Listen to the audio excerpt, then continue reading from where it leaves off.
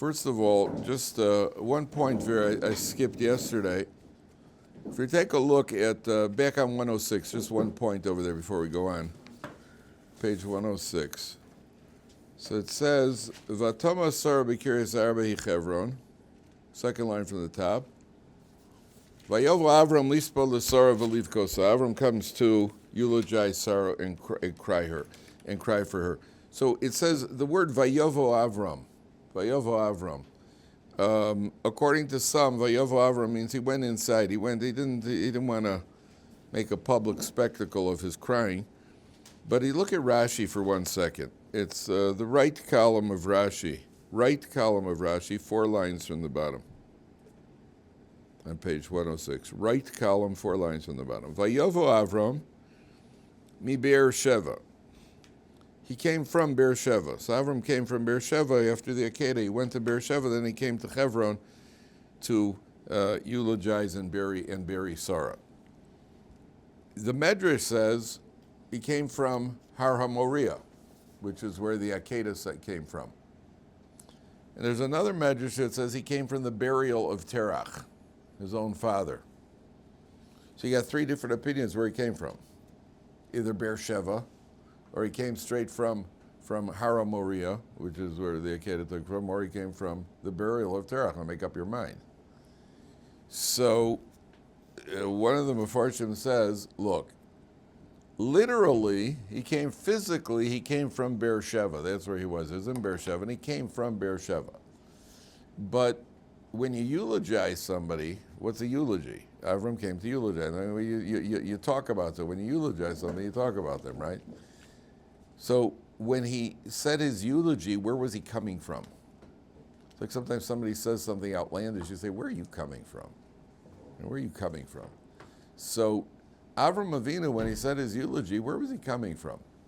So one opinion is that he was coming from the burial of Terach, meaning Terach was an idol worshiper. He even sold it. He manufactured and sold idols.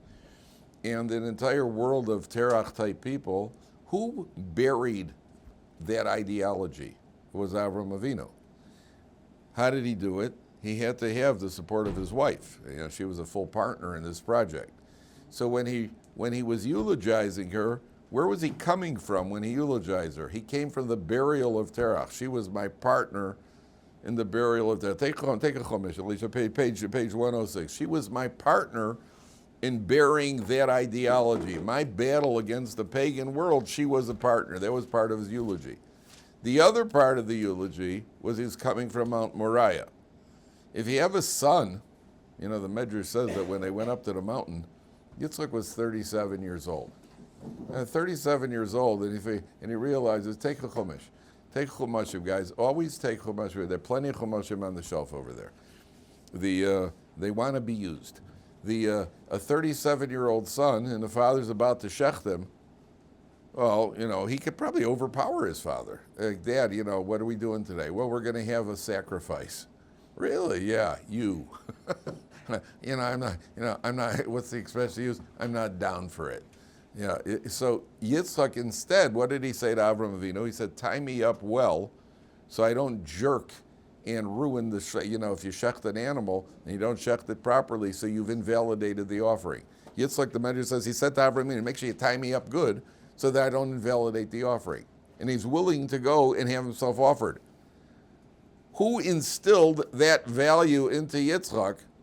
That he's allowed to go and have, that he's willingly going to die because this is God's command. His mother, Sarah, made it. So where's he coming from in the eulogy? From Har HaMoriah. He's praising her that she is the mother who instilled that value into her child. And guys, let's call a spade a spade. When it comes to training kids in the house, the men think they're the big hawkers, right? At the end of the day, it comes from the mother. At the end of the day, it comes from the mother. The mother has much more influence. The child, the father has to be an example, and hopefully not too bad an example. Shouldn't set a bad example. But I know a kid who said to his father, "Dad, I think you got a drinking problem." His father decked him. Which obviously means what? He had a drinking problem. I got a problem. He obviously had a drinking problem. The father decked him. He said, Dad, you got it. By us, when I say, hey, Dad, we got a drinking problem, that meant that the Pepsi wasn't on sale that week. They said, Dad, we got a drinking problem. You got a drinking problem. Hopefully the father will be set a good example. But if the father, I heard about a guy, this kid got caught in school. He took a wallet out of another kid's briefcase from school. So the teacher says, hey, I'm taking you, he caught him red-handed. He said, I'm taking you to the principal's office. The kid said, okay. He says, you don't seem too nervous about it. I said, I'm not. He takes me to the principal. The principal says, you're in big trouble. He says, yeah. He says, you don't seem too nervous about it. I'm not. He says, yeah, I'm going to call your father. He says, yeah. He says, you don't seem too nervous about it. I said, I'm not. He says, why not? He says, because my father walks around all day bragging about how much he rips off the IRS. He'll be proud of me.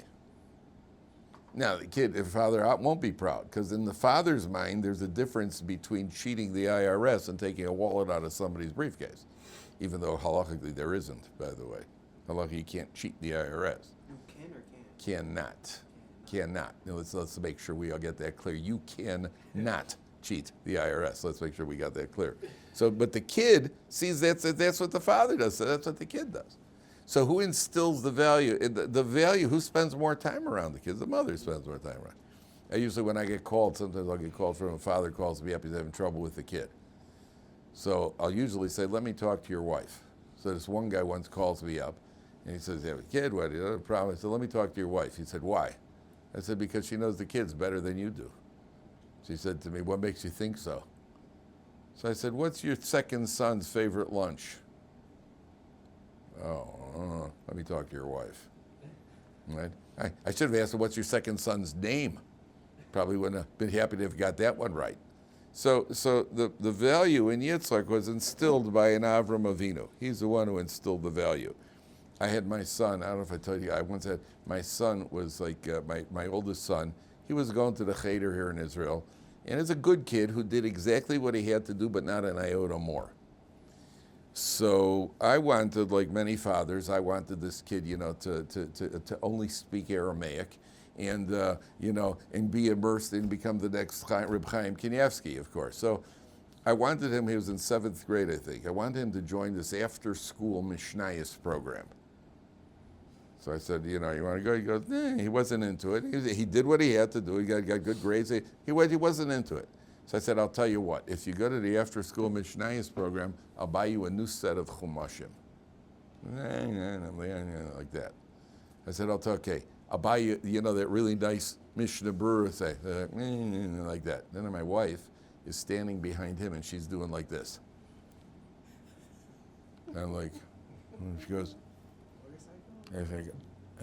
I'll get you that 21-speed bicycle that you wanted. What time does the Mishnayos program start? All of a sudden, they know you got to talk the kid's language. Who instills the value in the kid? Who instills the value? It's the mother. What is Avram Avinu is eulogizing her, he's coming from Har HaMoriah. How can you get a kid to go and what do you call it? That's the influence of the mother. Okay, now, Avram Avinu, I want to ask you a question, gentlemen. Avram Avinu comes, she dies. And now he starts negotiating with, I want to just point out, as he talks to these people, take a look at how he talks to them. In Pasuk Zayin, right? In Pasuk Zayin. So, yeah.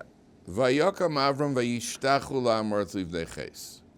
He bows to them. He curtsies. And then he speaks to Ephron. And then he says, Vayishtachu Avram lifnei Amar. It's again on page 108, the third line from the top. And he says, I'm negotiating with you. I'll give you this, I'll give you that. Adoni shma'eni. Vayishma Avram. The whole time he's talking to them. And he's trying to buy this cave. And eventually Ephron asks an exorbitant price. And Avram gives him the exorbitant price. Now, I want to ask you a question. Imagine you go in, you get called in by the boss. I'm just giving you an example. You get called in by the boss, and he tells you, by the way, there are going to be some layoffs in the company. We're laying you off next week. Go, boy. So then you call home to tell your wife. And your wife says to you, oh, wow. Now, by the way, she says her mother's coming for a week and a half visit. You go, oh, man. right? Hey, your mother-in-law is coming. And then you get on the subway, you start driving home, and your car breaks, they get a flat tire. And you get out of your car, it's a hot day, you start fixing the flat tire, and just then you're in as bad a mood as you could possibly be in, and just then acquaintance comes over and he says, "Hey, how you doing? How you doing, Nachshon?" And you're under the tire over there, right, trying to fix a flat tire after being laid off and being told your mother-in-law is coming for a visit, and it's a hot day, you're sweating, and your car got a flat tire. You say, "How you doing, Nachshon? What's going on?" What do you think your reaction would be? I would pull out the car jack and I put him underneath. That's what I would do. I would replace the car. That's not what I want right now, is a chit-chat with anybody. Okay. Look at Avram Avinu. He just goes through the biggest test ever. His wife dies. And now he's being price gouged.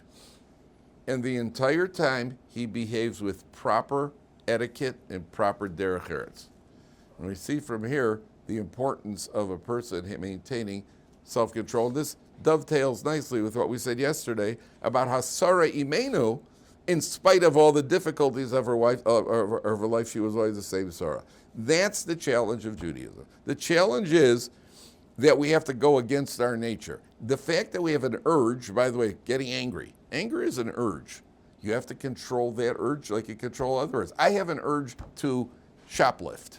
It's an urge, right? You have to control that urge. You're laughing. I think I'd be a good shoplifter, right? Especially with the beard. People would never expect a rabbi to do that. I can get away with anything now. Pickpocketing. I'm intrigued by it, right? It'd be a great parnasa, and what do you call it? 100% profit. I have an urge. I have to control your urge. You have to control your urge to get angry. You have to control your urge to brag. You have to control your urge to be selfish. These are all, but I'm in a bad mood. So, you're in a bad mood. So the world has to suffer because you're in a bad mood. Avram Avinu, with the ultimate test, and Avram Avinu behaves, he maintains his derech eretz. And then he buries Sarah. Now, take a look at page 108 at the bottom. The Avram Zakein Baba Yamin. There are chumashim over there. They're on the shelf over there. Plenty of chumashim. Page 108. The Avram Zakein Baba Yamin. Avram is getting older. Ba Bayamin. He's coming along in days. V'Hashem beirach es Avram bakol. Hashem has blessed Avram with everything. So first of all, what does it mean he's coming along in days? Ba Bayamin. He's getting older. So the Mefarshim all say Ba Bayamin means all his days are count. They all count. He's making the most of his days. He's making his days productive. He's getting older, his days are coming. Now the truth is, it should really say the days are going out. As a person gets older, his days are leaving, not coming.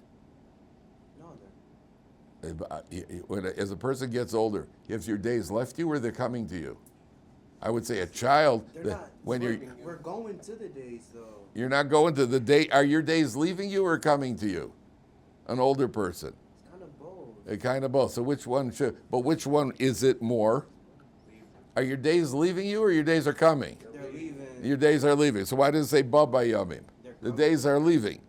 The answer is that a person who is materialistic and a person who's living for this world, his days are leaving him. He's like, whoa, they're all going.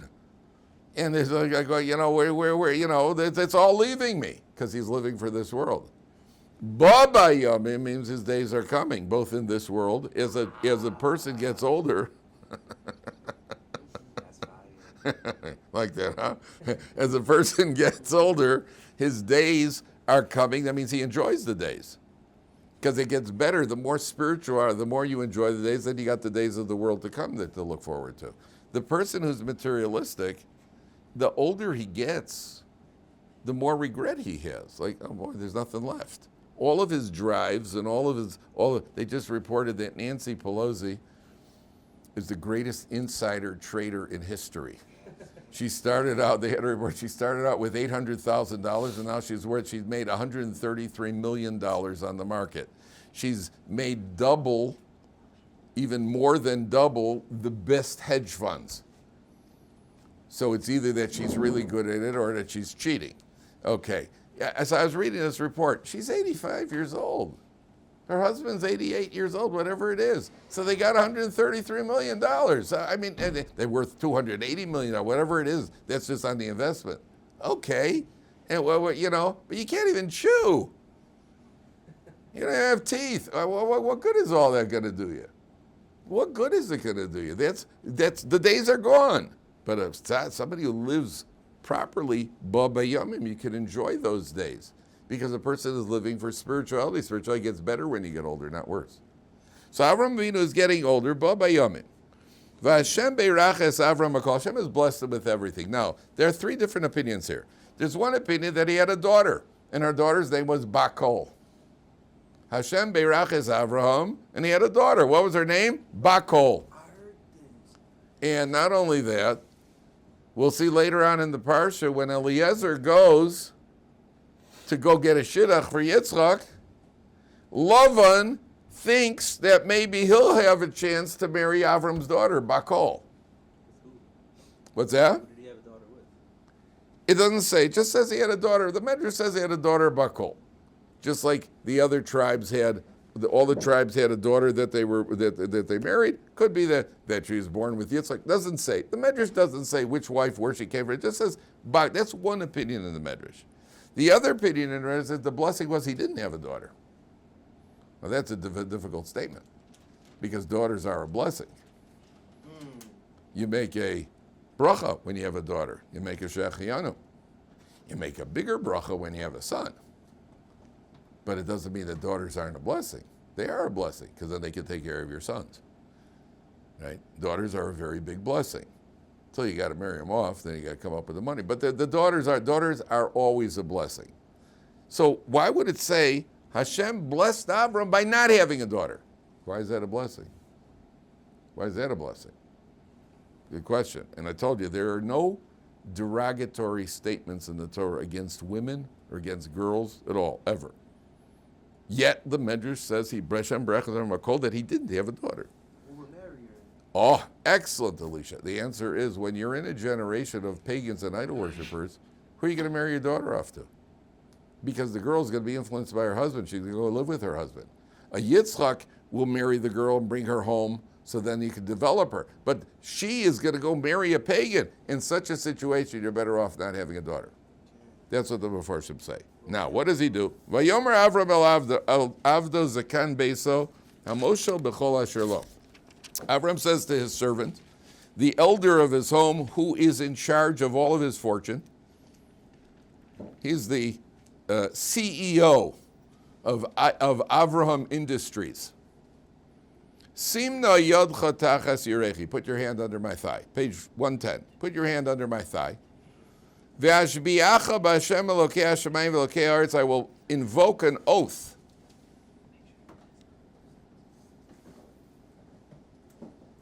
I will invoke an oath by God, asher lo sika achisha livni bibnos haknani asher anochi yoshe b'kirbo. I want you to swear you will not take a daughter from the Canaanites. Rather, ki imel artzi v'oladati telech. I want you to go to my birthplace. V'lakachta isha livni liyitzchak from my family. He wants to go to my birthplace to take a family and find a wife for my Yitzchak. Now, the first thing here is that Avram Avinu has him swear. So where does he swear? He puts his hand under his thigh. So Rashi points out the same way nowadays, how do you swear? You swear with a holy item. The only holy item they had in those days was the bris milah.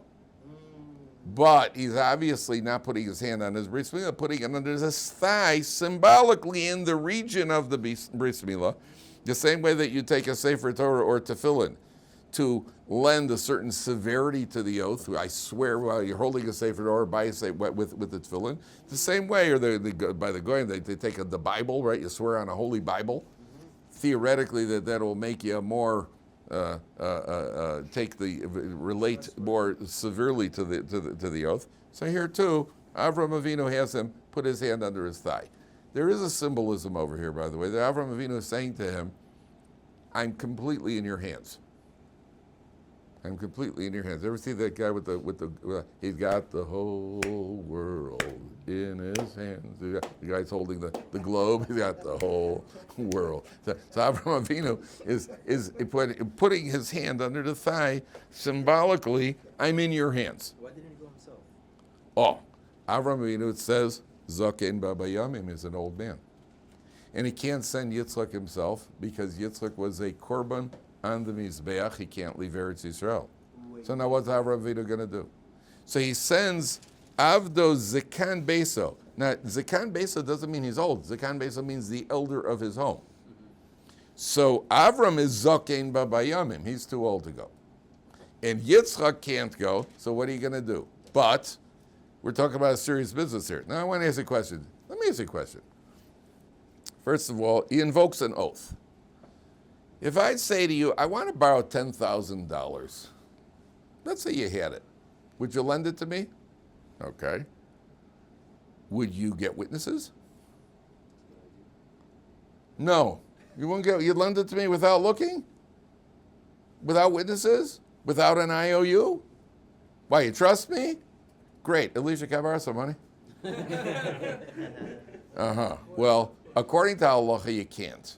According to halacha, you know that when you lend somebody money, even 10 shekels, you have to have an IOU, because otherwise you're putting a stumbling block in front of a blind man. That's lending, but not like tzedakah. I'm not talking about tzedakah. I'm talking about lending. Okay, Tzedakah you can give. I'm not talking about I would have. I'm not talking about lending. If I want to borrow $10,000, would you make me? Would you forget the halacha for a second? Would you do it? Would you sign something to make sure that what do you call it? Yeah. Oh yeah. Oh yeah.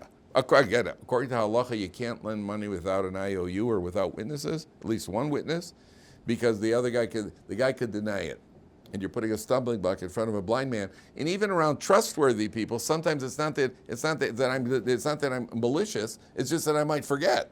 Right. And you're gonna come to me and say, "Hey, you owe me 10 shekels." I said, "What are you talking about?" Right. And so then I don't mean, I'm an honest guy, but somehow I forgot. And therefore, by shogeg, by unintentionally, I'll be stealing. Okay. $10,000, you would sign and double sign. You get a warrant, and not only that, you'd probably get on a loan. Normally, what do you get? You get a guarantor on a loan. You get a co-signer on a loan. Zach, how much if I wanted $10,000 to borrow $10,000 from you? You're going to lend it to me. What would you do? You'd get a co-signer? Well, I would get collateral. Collateral, a co-signer, something. Okay. What about if you want to go to a restaurant here in Israel and you're not sure about the hechsher? Let's say you want to go to a restaurant here in Israel and you come over to me, you're not sure about the hechsher. So you come to me and you ask me, is such and such, or you see a friend of yours, and you say to him, is that restaurant, the hechsher, reliable? And your friend says, yeah, it's a reliable hechsher. I eat there all the time. Would you trust them? Yeah. Usually, yeah. You see, what about if you don't have tefillin? You don't have tefillin, you forgot your tefillin. Would you borrow your friend's tefillin? Yeah, sure. Not only that, you can borrow without asking. Do you know anything about the standard of kashrus of your friend's tefillin? Do you know where he got them? Do you know where he bought them? Do you know how he paid for them? Do you know if this guy who wrote them was reliable? What that means is when it comes to money, all of a sudden, we take every precaution in the world. When it comes to spiritual stuff, as long as he's eating it or if he's tefillin, spiritual stuff, we're much more trustworthy, aren't we? Look at Avraham Avinu does the opposite. When it comes to his finances, so this is the slave, Eliezer, his slave, it says, Hamoshel b'chol asher lo. Eliezer is the guy in charge of his entire estate. All his finances are in Eliezer's hands. But when it comes to something spiritual, he's got to find a wife for Yitzchak. This is already a mitzvah. There, I want you to swear. Not taking any chances here. Exactly the opposite. When it comes to your tefillin, I should tell you, Nachshon, where did you get them? How much did you pay? Who was the scribe? How long have you had them? When it comes to a loan, I should say, yeah, here, take the money. You're good for it. When it comes to money, what do we focus on more? On the material, all of a sudden, we take all the precautions. So what was the buying the plot of land? Was it a financial? Forget the plot of land. Be sorry to get to the plot of land. I'm not on the plot of land now. He's sending Eliezer to go off to find a wife. He trusts, so the Torah describes him, he's the guy in charge of Avram's money and his finances. Doesn't say no oversight, nothing. Yet when it comes to going and getting a wife for Yitzchak, there I want you to swear you're going to do it. Why? Because that's a spiritual pursuit. Spiritual pursuit is more serious. Spiritual is a serious business here. Now, number one. Number two. Rabbi, can we retract real quick? Yeah. So you're saying that the spiritual is more important. The spiritual for Abraham was finding Yitzchak a wife. That's spiritual. That's spiritual. And there he tells the slave to swear. I'm not taking any chances. When it comes to the guy who's going to supervise Avram's finances, that he puts it in the hands of Eliezer. That he's not worried about. No, he put the hands in Eliezer for Yitzchak, right? No. Again. Look at the pasuk. Look at the pasuk. Let's read the pasuk again. I know. Now we're going to get unconfused. Eliezer's talking to One second. Your confusion is from. Trust me. Trust me. We're talking about trust right now. Trust me. Okay, spiritual trust. Here we go. Read it, bottom of page 108. Let's read it again. The Avram Zaken Baba Yamim. Avram is old and he is coming along in age. Vashem Beirach es Avram Akol. Hashem has blessed him with abundance. That's the plain meaning. We say in branching, Bakol Mikol Kol, right? Bakol refers to Avram Avinu's blessings. Mikol refers to Yitzchak's blessings, and Bakol, Mikol, Kol refers to Yaakov. Because each one there's a pasuk. By Avram it says Bakol, Bakol, Mikol, Kol. Right? That Bakol, Mikol, Kol is talking about the blessings to the Avos. Avram was Bakol, Yitzchak is Mikol, and Yaakov is Kol, and that means everything. Now, the pasuk says, Elisha, you with me? Yeah. Vayomer Avram el Avdo Zakan Beso. Avram says to his slave, the elder of his home, Hamoshel Bechol Asher Lo, who is in charge of everything that belongs to Avram Avinu. Simna Yodcha Tachet. Now he tells him to swear. And what does he tell him to swear? He doesn't swear that you've been honest with my finances and that you haven't misappropriated, you haven't done any insider trading. He doesn't make him swear about that. He makes him that he trusts him. What does he make him swear? Swear that you won't mess up on this mission. You won't take the wrong wife. You won't take a Canaanite wife. You're going to go to my family. That's what Avram says. Now, first of all, Could a non-Jew swear? Yes. What's the proof? Eliezer swears. So, non-Jews can swear for sure. So Avram Avinu invokes it, and not only that, it was very heavy for them. They related to it seriously. Now, with severity. Now, the Mefarshim say that you'll notice you need three qualities over here. Avram's looking for three qualities. Very interesting. You're going on a mission, and you're going to go find this girl.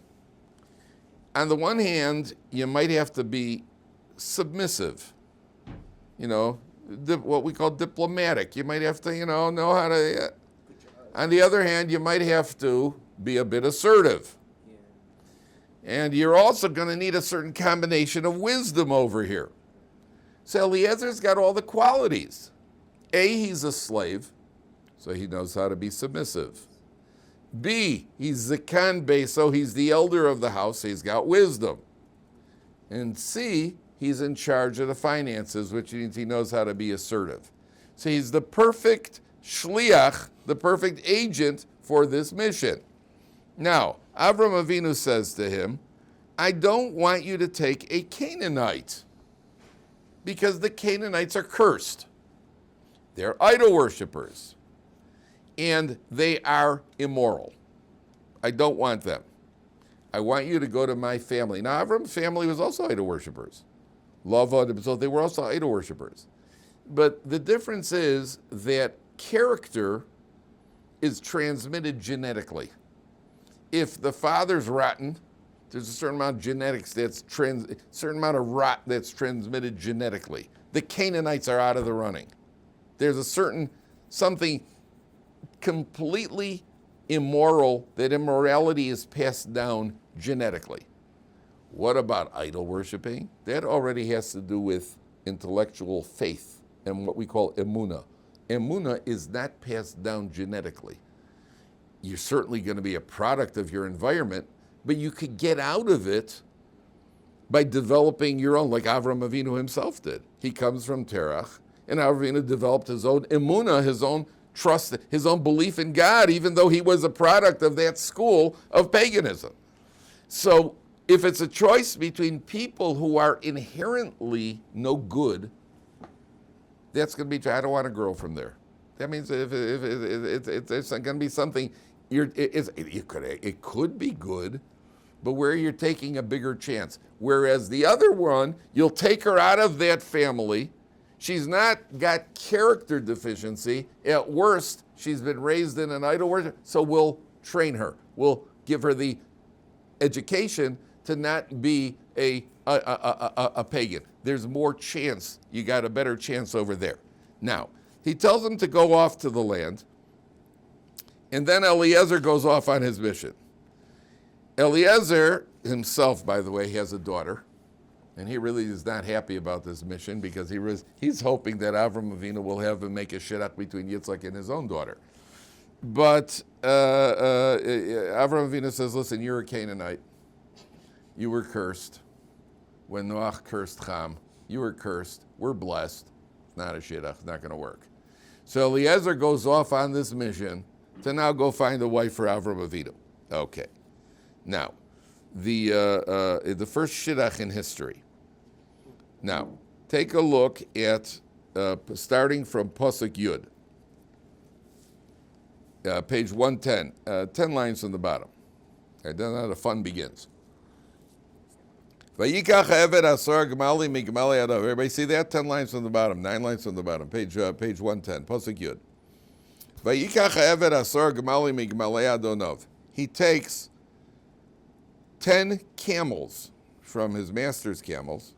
Vayelech v'chol tuv adonov biyado. He's got all, how does the article translate that? He's got all the bounty of his master in his hand. Now, how do you have all the bounty of your master? I mean, that's a lot of bounty to have in your hand. So Rashi says he had a document that Avram is transferring all of his property to Yitzchak. So, you know, when you go up to the young lady, you say, hi, I got a shidduch for you. Oh, yeah, very fine young man. I don't know, man. I don't know if I'm ready to get married yet. By the way, his father, who was a multi-billionaire, has transferred all of his property to him. He says, you know what, I have been thinking about marriage lately, you know, for the last 10 seconds exactly. So not taking any chances, he's got this document. Vayakam vayelech el Aram Naharaim elir Nochor. He goes off to Aram Naharaim, to the city of Nochor, who is a brother of Avram Avinu. Vayavrecha gemali michutz la'ir al ber hamayim. So he goes to the well. Now, obviously, he goes to the well because the camels need to drink, but there's another reason you go to the well. There's where the women hang out. That's where everybody hangs out. Oh. Everybody's going to be at the well. Eventually, like in town, everybody needs water. So you go to the well. Who else goes to the well? Yaakov Avinu goes to the well. Moshe Rabbeinu, when he runs away to Midian, where does he go? He goes to the well. That's where, besides the fact that the well represents life, water is the source of life, and the wife is the source of life, because that's where the child comes from. So he's going to the well. Le'es erev, le'es seis hashovos. And he's going there in the evening, when they're all coming out to draw water. Now, there's an interesting medrash that says when you're checking out a woman, listen to even how the dogs bark. Hear that? The medrash says when you're going to check out a wife, you should pay attention even to how the dogs bark. What does that mean? Anybody want to take a guess? Hear that? If the men are whistling or things that are... No. If the dogs are What's the dogs barking? If the dogs don't bark. Which dogs are we talking about? The dog is the medrash. Again, the medrash says when you're going to check out the qualities of a wife, you should even pay attention to how the dogs are barking. I had in Single men. No.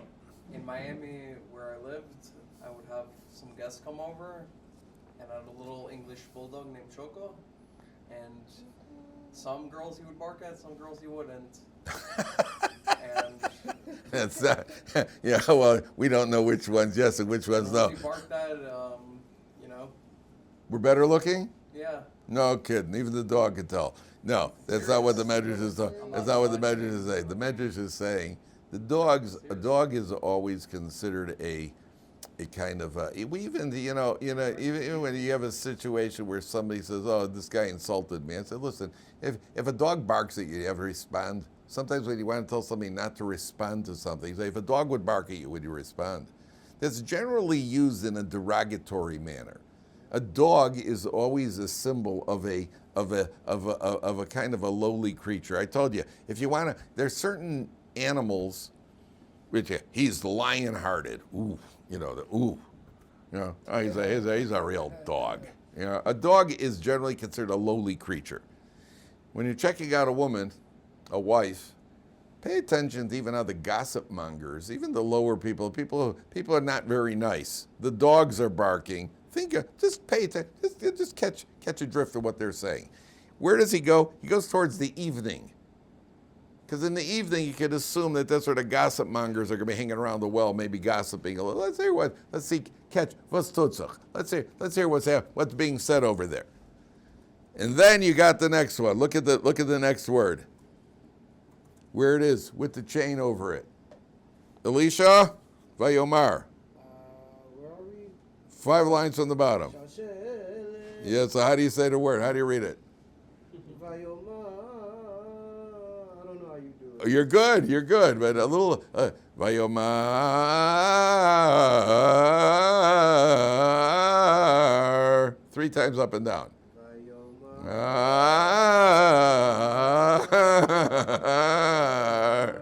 You want to give it a try, Mike? Ready? 5 lines at the bottom. Everybody together. Vayomar.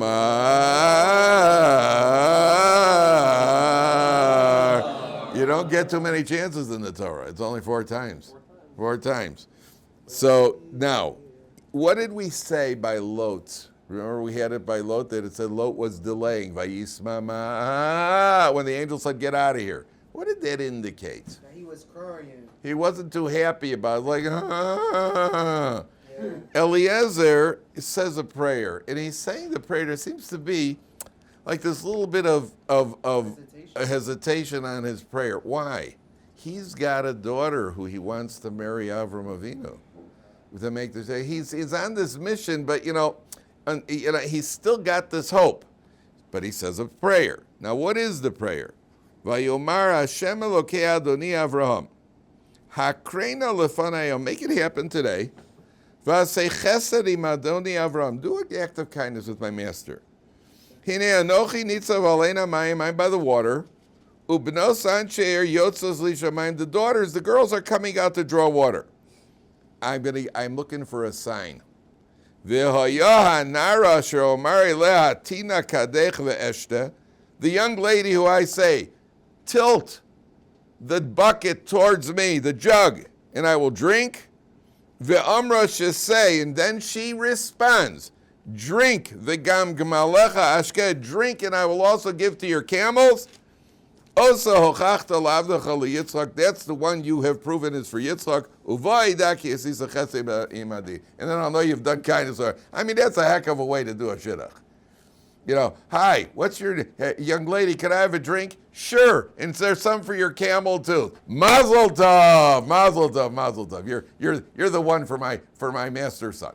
That's how you close a shidduch. I mean, that's it. What are her qualities? She gives people to drink. Great drink. A great what do you call it? A great bartender. She gives people a good. What's going on? What's going on? What's he looking for? One sign that we're looking for in a Jewish girl. What is it? Chesed. Chesed. Kindness. We're looking for kindness. That's all we're looking for. That's the sign. Doesn't say anything about a degree. Doesn't say anything about. We'll see when you go into the subtleties of how the back and forth goes. Because see, he said, I want the girl who's going to say, I'll give you to drink and to your camels. Now look, we're skipping ahead, but look what Rivka says. We're going to go into it tomorrow. But look what Rivka says. Take a look at Pasuk Yud Ches. He sees her. We'll get there tomorrow, but I just want to show you this now so you can compare and contrast. If you look on page 112, Pasuk Yud Ches, it's 6 lines from the top. 7 lines from the top. 1 second, Alicia. So he says to her, give me to drink. He finally sees her. First, the tefillah, the prayer was what he's hoping for this. He sees her, we'll talk about it tomorrow, but then she says to him, Vatomer shisei Adoni. She says, drink. Vatemaher vatored kado al yadeh. Then she takes down the jug and she gives him to drink. Vatechal lashko. So after he drinks, Vatomer gam legamalecha eshav. I'll also give to your camels. Now remember, he wanted her to say, I'll give you to drink and your camels. What did she do? She said, I'll give you to drink, and she gave him to drink. Then she said, and I'll give your camels. Now, there are different opinions why she did that. But he sees in that tremendous tact. Why? Because if you come to my house, what's your dog's name? Shoko. Shoko? Okay, you knock on my door, and I say, come on in, Dave, I'll give you and the dog something to eat. So what have I just done? You put them on the same. Put him in the same category as the dog. Yeah. If she would say, come on, I'll give you and the camels something to drink. Oh, him and the camels. He's a camel. Camels, they're the same level. What does she do? She does it much more. And that's what he asked for. And what does she do? She says, I'll give you to drink, and she gives him the drink. Once he finishes drinking, then she says, now I'll give the camels. But we'll see there are other reasons why she broke it up that way. We'll see. Okay, we'll see tomorrow, Mir Tzashem.